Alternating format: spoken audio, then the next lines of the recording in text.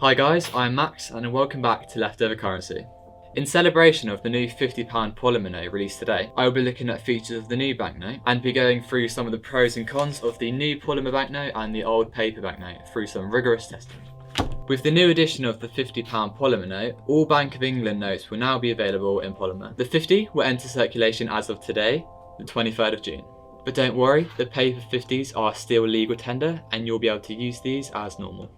Plus, at least 6 months notice will be given ahead of its withdrawal. For the first time, scientist Alan Turing will appear on a banknote, with the note's release coinciding with his birthday. This appearance is a landmark moment in the celebration of his scientific genius and his status as one of the most iconic LGBTQ+ figures in the world. Turing is best known for his pivotal role in World War II with his code-breaking machines. As the release of the new note is today, we haven't managed to get our hands on any of them as of yet, but we'll be using low value money instead for these tests. So in this series of tests, we will be doing a fold test, a tear test, a marker test, and a waterproof test, along with a conclusion of what's the best banknote for the environment.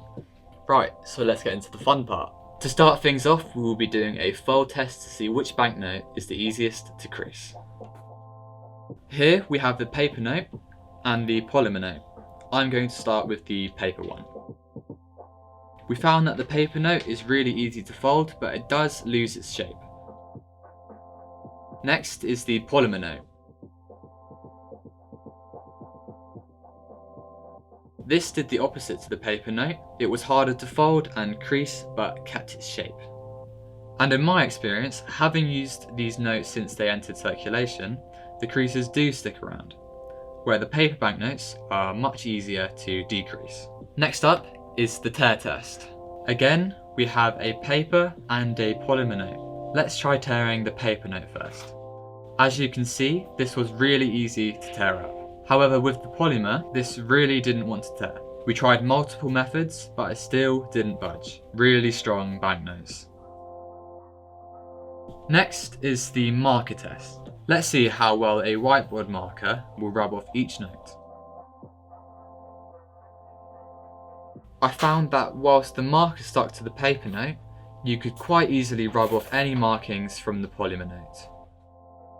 Lastly, we will be soaking the two banknotes in water to see which stands up best against water damage.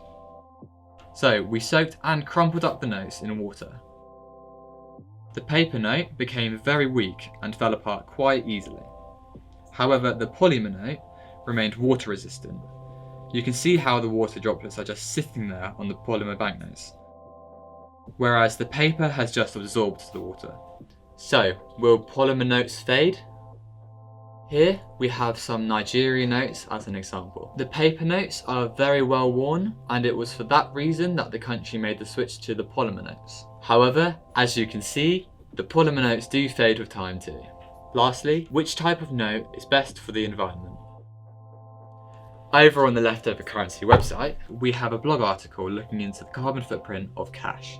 It states that the Bank of England calculated the carbon footprint of its banknotes and found that the new polymer notes have a lower carbon footprint than old paper notes, with the £10 polymer note having a footprint 53% lower than the paper £10 note.